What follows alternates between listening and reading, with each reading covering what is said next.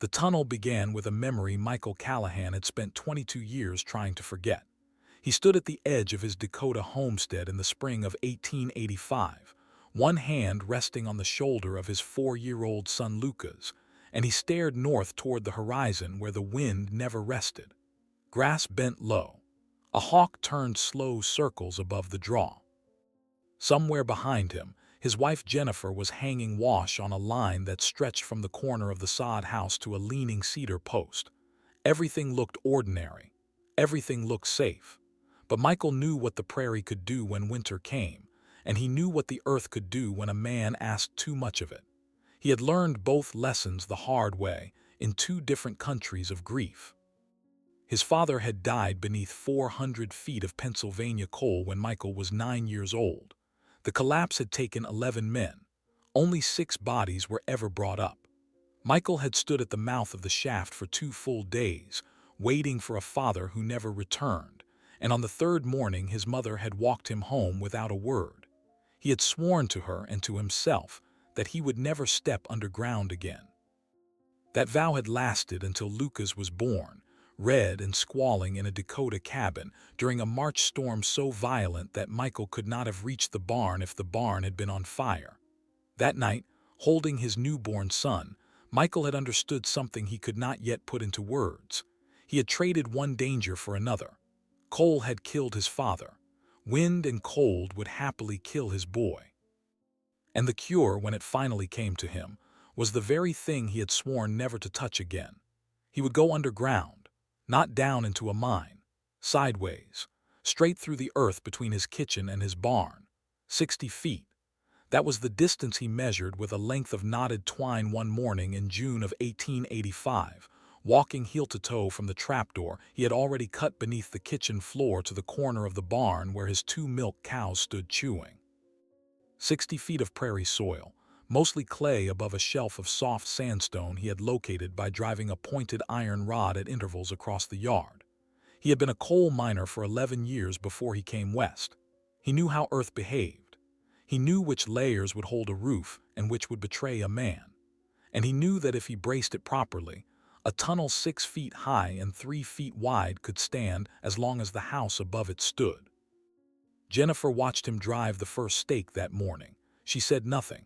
She was a quiet woman by nature, raised on a Minnesota farm where opinions were rationed like sugar in a hard winter, and she had a habit of keeping her doubts folded up inside her apron pocket. But that night, after Lucas was asleep in the small trundle bed beside their own, she asked one question in the darkness. "How long, Michael?" He lay on his back looking at the sod ceiling. A single ember from the stove threw a faint red line across the beam above them. 2 summers, he said, maybe less if the boy is strong. Jennifer was silent for a while. Then she rolled toward the wall. "He is 4 years old," she said. Michael closed his eyes and did not answer. The digging began on the first Monday of July. Michael marked the entrance inside the barn with 2 lines of chalk drawn on the packed earth floor, a rectangle 4 feet wide by 6 feet tall, and he explained to Lucas that the first cut was always the most important. He said this the way another father might explain how to hold a fishing rod. Lucas listened with the seriousness only a small boy can bring to a father's voice. He wore a canvas apron cut down from one of Jennifer's flour sacks, and he held a short-handled spade that Michael had shortened himself on a grindstone the week before. The pick struck earth, a dry sound, hollow and clean. Michael worked the first foot alone, breaking the crust of clay that summers of Dakota sun had baked nearly to brick. Lucas carried away the loosened soil in a wooden bucket that Michael had lined with pitch to keep it from cracking. Back and forth the boy went, from the growing hole to a pile behind the barn, back and forth again, without complaint, without hurry.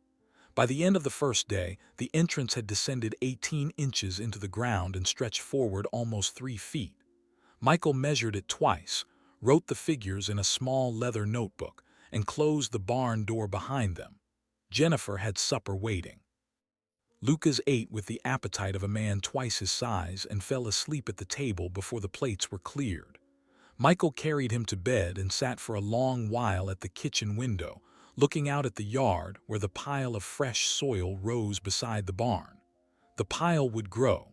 He had already thought about that. He would spread the excess across the low ground east of the house, where a spring rain sometimes pooled, and by autumn nobody would notice the earth had been moved at all. The first neighbor arrived 4 days later. His name was Andrew Halstead, and he lived a mile to the west with his wife and 3 children, the oldest of whom was a boy named Elijah, who was almost the same age as Lucas. Andrew rode over on a chestnut mare because he had heard a strange sound coming from the Callahan barn on the wind, a steady rhythmic strike that carried farther than either man expected. He dismounted, tied the mare to the corral rail, and walked around to the open barn door. Michael was inside the hole, waist deep, working with a short pick. Lucas stood at the edge holding the bucket. Andrew looked at the two of them for a long moment without speaking. Then he took off his hat. "Michael," he said carefully, "what in the name of the Lord are you doing?" Michael climbed out. He wiped his hands on his trousers and explained in as few words as possible what he intended. A tunnel from the barn to the kitchen, 60 feet, 2 summers of work, a trapdoor at each end, timber bracing every 4 feet. He spoke the way a man speaks when he has already had the argument in his head 100 times and knows every objection before it is raised. Andrew listened. He looked at Lucas, he looked at the hole, he looked back at Michael. "You'll bury that boy," he said. Michael did not answer at once. He picked up his pick and set it against the barn wall. Then he looked at Andrew levelly without anger, the way a man looks at another man he intends to keep as a neighbor for the rest of his life. "I mean to keep him from being buried," he said. "That's the whole of it." Andrew Halstead rode home that afternoon and told his wife what he had seen, and by Sunday every family within 8 miles had heard some version of the story. A former coal miner was digging a hole under his own house. He was using his 4-year-old boy for labor. He believed the tunnel would save his family from a blizzard that had not yet come and might never come. The tellings varied. In some, Michael was pitied. In others, he was condemned. In a few, told over kitchen tables where the lamps burned low and the children had been sent to bed, he was called something worse than mad. He was called a man who had lost his reason to grief, and grief was a thing that country people understood well enough to fear it in a neighbor. The nickname came from a boy. A 12-year-old named Thomas Vance, riding home from town with his father on the buckboard, saw Michael carrying a bucket of dirt out of the barn and said, without thinking, that he looked like a mole. His father laughed. The word traveled. By August it had become Mole Man, and by September the children in the schoolhouse 3 miles east were using it in the yard the way children use words they do not fully understand but recognize as powerful. Michael heard it for the first time in Halstead's general store in the town of Corvin, which sat at the crossroads 7 miles south of his claim. He had ridden in for a keg of nails and a length of oil lamp wick, and as he stood at the counter counting coins, 2 men near the stove were talking about the weather without lowering their voices. One of them mentioned the Mole Man. The other laughed. Michael did not turn his head. He paid for his goods, thanked the storekeeper, and walked out to his wagon with the parcel under his arm. He told Jennifer about it that night, not because he was hurt by it, but because he wanted her to hear it from him before she heard it from a neighbor's wife. Jennifer was kneading dough at the table. She did not stop her hands. "Let them talk," she said. But later, after Lucas was asleep, she stood at the kitchen window and looked out at the barn for a long time. The trapdoor was already cut. Michael had finished it in early July, a square of pine boards set flush into the kitchen floor beneath the corner of the stove, hinged so that a man could lift it with one hand while carrying a lantern in the other. She had watched him build it. She had helped him plane the edges. And still, standing at the window with her hands wrapped in her apron, she wondered whether her husband had brought them all to the edge of a grave he was digging with his own hands. She did not say this to Michael. She had been raised to keep such things private, and she was not sure enough of her own fear to give it voice. But she began to watch Lucas more closely when he came in from the barn at the end of a day. She looked for signs of coughing, for pallor, for anything that might suggest the earth was already working against him. She found nothing. The boy grew brown and strong through the summer. He ate like a farmhand. He slept without waking. And every morning he was up before his father, tugging at the sleeve of Michael's shirt, asking whether they could go and dig again. The first summer ended in late September with 22 feet of tunnel completed. Michael measured it on the last dry morning before the autumn rains, standing inside the shaft with a lantern hooked to a nail he had driven into one of the pine braces. The air smelled of clay and pitch, and the faint sourness of freshly cut wood. He had lined the walls with slabs of split cottonwood every 4 feet, wedged tight against the earth with hardwood keys, the way he had been taught in the anthracite seams of Schuylkill County when he was 16 years old. Above his head, 6 feet of prairie soil pressed down against the timbers, and the timbers held it as timbers had held mountains for longer than Michael had been alive. He sealed the entrance for the winter with a heavy oak door and a mound of packed straw. He did not want snowmelt working its way into the shaft during the spring thaw. Then he turned his attention to the barn itself, mucking out the stalls, laying fresh bedding, checking the roof for loose shingles before the first snow came. Winter arrived early that year, on the 11th of November, with a light snow that dusted the yard and melted by noon. Michael watched it from the kitchen window with Lucas beside him and thought about how much distance still lay between the barn and the trapdoor beneath his feet. 38 feet. Another full summer of work if he was lucky. More if he was not. The winter passed without event. The Callahans milked their cows in a snow that never rose higher than a man's knee, and Michael carried water from the well without any greater trouble than numb fingers. He read his father's old mining almanac by lamplight in the evenings and made notes about ventilation, because the tunnel was long enough now that stale air was becoming a concern. He sketched a small stovepipe chimney that would rise from the midpoint of the shaft up through the yard, capped with a metal hood to keep out rain and snow. Jennifer looked at the sketch one evening and asked him whether the chimney would give them away. "Give us away to who?" Michael said. "To anyone who wonders what a pipe is doing in the middle of the yard." Michael considered this. Then he took his pencil and drew a rough shape around the pipe, a low shed with a slanted roof, the kind a man might build for storing tools or firewood. Jennifer nodded once and returned to her sewing. Spring came late that year. The digging did not resume until the middle of May, when the ground had dried enough to hold a spade cleanly. Lucas was 5 now, taller and thinner than he had been the previous summer, and his hands had begun to develop the calluses of a working boy. Michael watched him lift a bucket of clay one morning and felt a pain move through his chest that had nothing to do with the tunnel.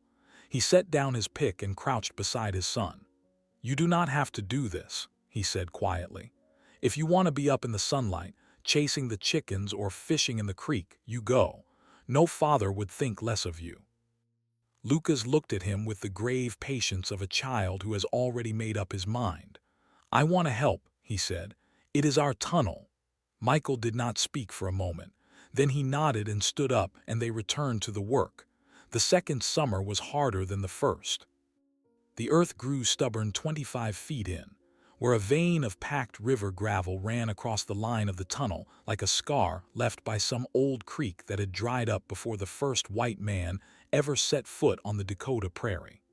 Michael struck it in early June and knew at once what it was.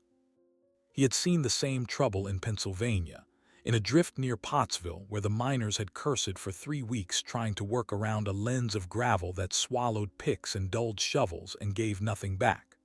There was no way through it but slow, patient work with an iron bar and a short-handled hammer, breaking the packed stone loose one handful at a time. He rebuilt the bracing in that with heavier timbers, doubling the cottonwood slabs and adding an extra pair of upright posts every 3 feet instead of every 4. Lucas carried the fragments of gravel out in his bucket. He never complained about the extra trips, though Michael saw him sit down more often at the end of the day. His small shoulders sloped forward with a tiredness that no 5-year-old boy should have known. Word of the gravel spread. Somehow it always did. Andrew Halstead rode over one morning in July and stood at the mouth of the barn and watched Michael and Lucas working in the lantern light below. He had not come with cruelty in him. He and Michael had been civil enough at church that spring, and their wives had exchanged jars of preserves at the summer social. But Andrew had a farmer's mind, and a farmer's mind measures every effort against the crop it will produce, and by that measure the tunnel was pure waste. "Michael," he said, "you are a good man. I have said so to my wife more than once, but there is not a family in this county that thinks well of what you are doing to your boy." Michael climbed out of the shaft and set his pick against the wall. He wiped his forehead with a rag from his back pocket.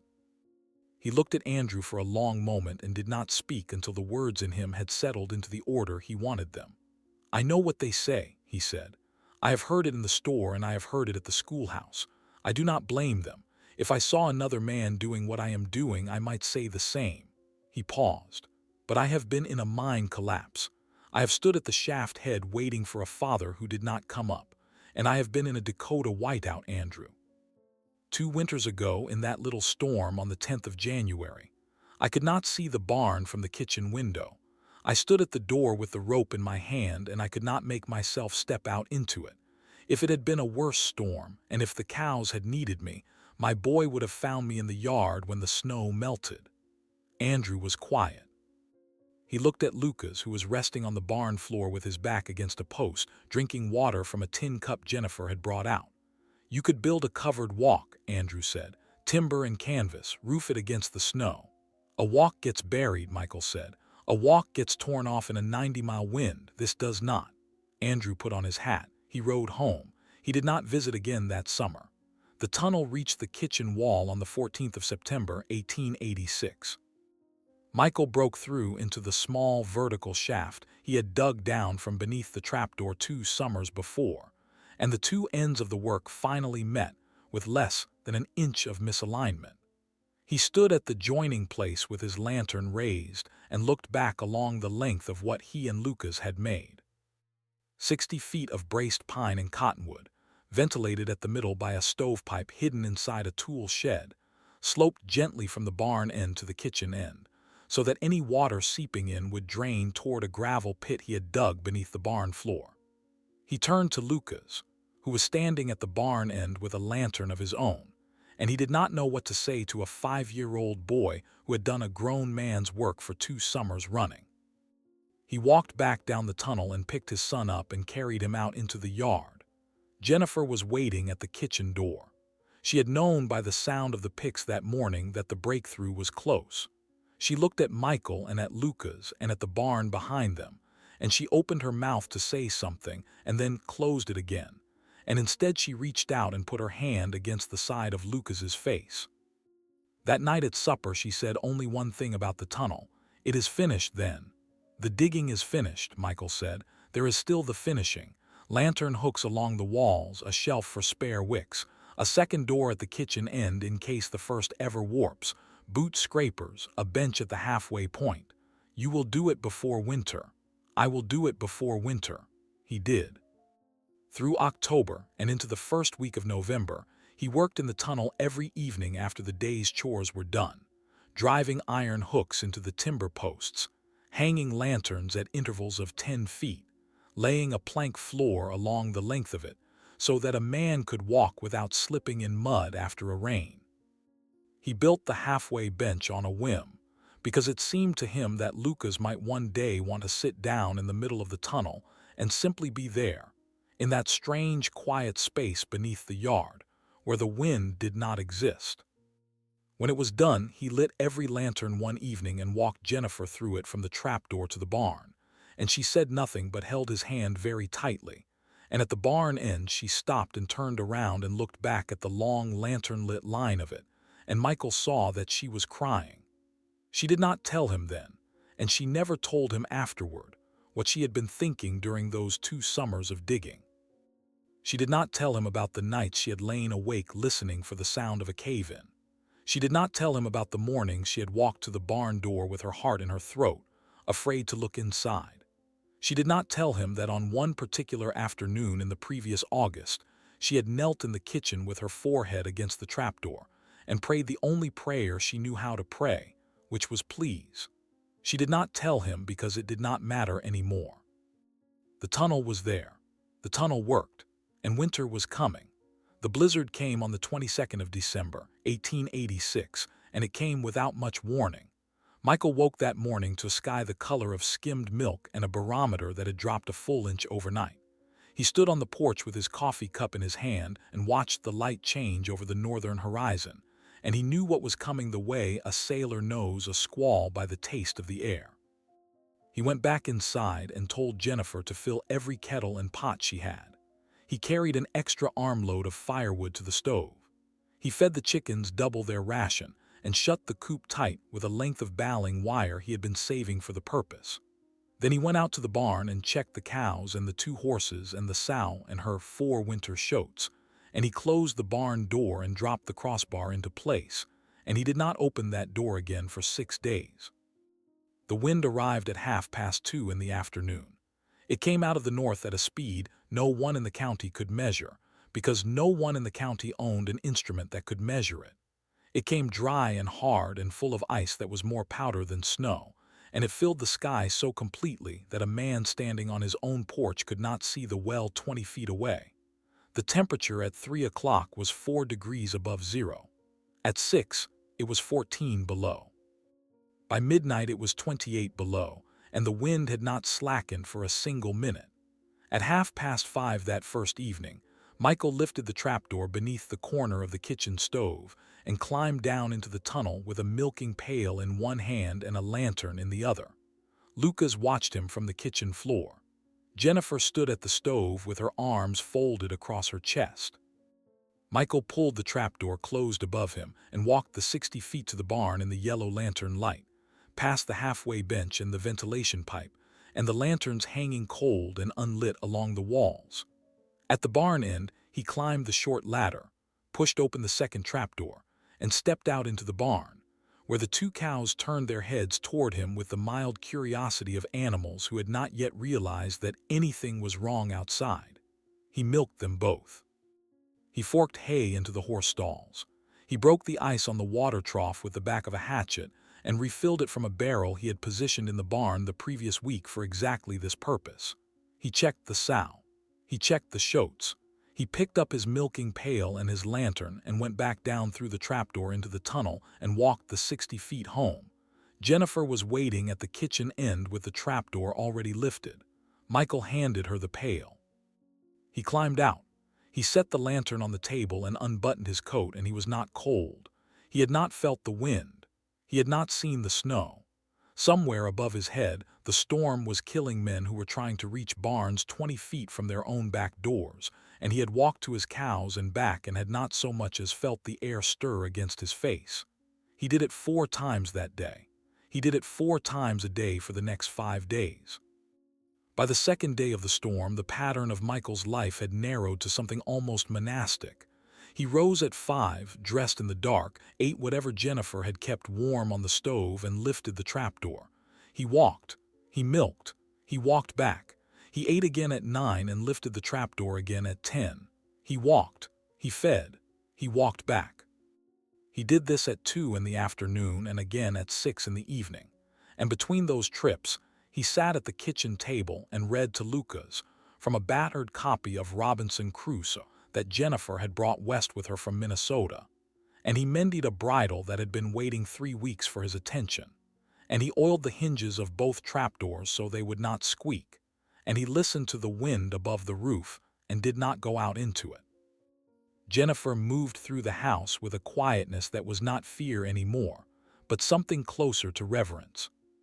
She had watched her husband lift the trapdoor 5 times now and disappear into the yellow lantern light beneath the floor of her own kitchen, and each time he had come back with milk in the pail and dry boots on his feet, and each time the world above the house had grown a little more terrible, and each time the small square of pine boards in the corner of the kitchen had grown a little more sacred. She did not speak of this to Michael. She did not need to. On the second evening, she set a lamp on the table beside the trapdoor while he was below, and when he came up she saw that he understood the gesture without her saying anything, and he touched her hand once as he passed and went to his chair by the stove. Lucas asked, on the 3rd morning, whether the other children in the county were safe. He asked it the way a 5-year-old asks such things, without knowing exactly what he was asking. Michael was buttoning his coat for the 10 o'clock trip. He stopped with his hand on the top button and looked at his son. "I do not know," he said. "I hope so." "Do their fathers have tunnels?" Lucas said. "No," Michael said. "Their fathers do not have tunnels." Lucas thought about this for a while. He was sitting on the floor near the stove with a piece of kindling in his hand, drawing shapes on the boards. "Then how do they get to the cows?" he said. Michael did not answer at once. He looked at Jennifer. Jennifer looked back at him without expression. The wind above the roof made a long, low sound that rose and fell and rose again. "They tie a rope from the door to the barn," Michael said finally, "and they walk along the rope." "Does that work?" Lucas said. Michael crouched down beside his son. He put his hand on the boy's head. "Sometimes it works," he said. Then he lifted the trapdoor and went down into the tunnel and did not come up until he had milked the cows and fed the horses and checked the sow and broken the ice on the water trough. When he came back into the kitchen, Jennifer was standing at the window with her arms folded, looking out into the white nothing beyond the glass. And she did not turn around, and Michael did not speak to her, and Lucas had gone back to drawing shapes on the boards with his piece of kindling. The wind above the house did not slacken. The blizzard broke on the morning of the 28th of December. It did not break the way summer storms break, with a sudden clearing and a sun that makes the world look washed. It broke slowly, over the course of a long gray day, the wind falling in steps rather than all at once, the temperature climbing from 28 below to 18 below to 9 below by nightfall. Michael went out through the front door for the first time in 6 days on the morning of the 29th. He stood on the porch and looked at a world that did not resemble the one he had last seen. The snow had drifted to the eaves of the chicken coop. The well handle was buried. The tool shed that hid the ventilation pipe was a smooth white mound with only the tip of the metal hood showing.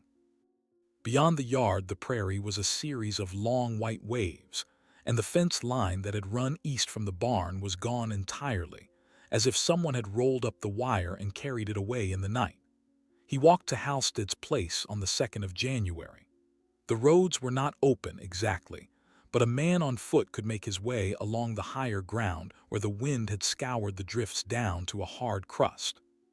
He carried a jar of Jennifer's preserves in one coat pocket and a small tin of coffee in the other. He did not know yet what he would find. He hoped for nothing worse than a family cold and tired and short of feed. When he came over the last low rise and saw the Halstead house, he saw that the front door was open and that a woman was sitting on the step with her hands in her lap, and he began to run. Andrew Halstead met him in the yard. Andrew's face had aged 10 years. He did not speak at first. He put his hand on Michael's arm and turned him gently away from the house and walked with him toward the barn, and it was only when they were standing beside the corral fence that Andrew told him about Elijah. The boy had gone out on the 3rd afternoon of the storm to bring in an armload of firewood from the shed. The shed was 30 feet from the back door. Andrew had tied a rope from the door handle to a post beside the shed the previous autumn, exactly for such a purpose. Elijah had followed the rope out. Somewhere between the shed and the door on his way back, the rope had come loose from the post, or the boy had let go of it, or the wind had taken the armload of wood out of his arms and he had chased it, or something else had happened that no one would ever know. They had found him on the morning the wind broke, 60 yards past the shed in the wrong direction, curled on his side in a drift with his back to the north. Michael did not speak. He stood at the corral fence and looked at Andrew and could not find any words that were not an insult to what had happened. Andrew was not crying. He had done his crying already in the 4 days between finding the boy and this moment, and what was left in him now was something quieter and more permanent than grief.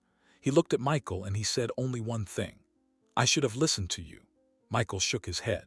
He put his hand on Andrew's shoulder. He said nothing at all.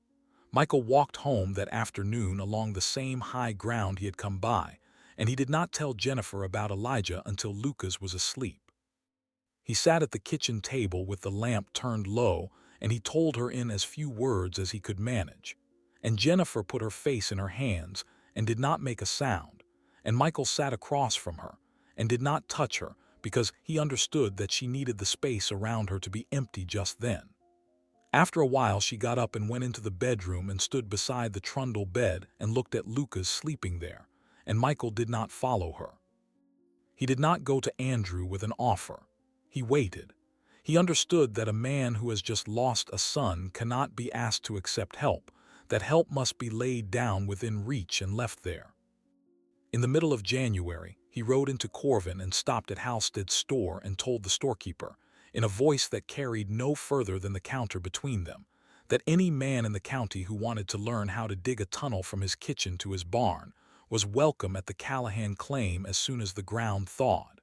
He did not name the reason. He did not need to. By the time he had ridden the 7 miles home, the message had already begun to travel. 12 men came in the spring. They came singly at first, on horseback in the last week of April, and then in pairs and threes through May and into June. Andrew Halstead came with the first group. He did not speak much. He stood at the mouth of the barn and watched Michael sketch a line in the dirt with the toe of his boot, and he listened, while Michael explained the pitch of the floor and the spacing of the braces and the placement of the ventilation pipe, and he asked one question about the gravel vein, and then he asked no more. He went home that evening and began digging the next morning.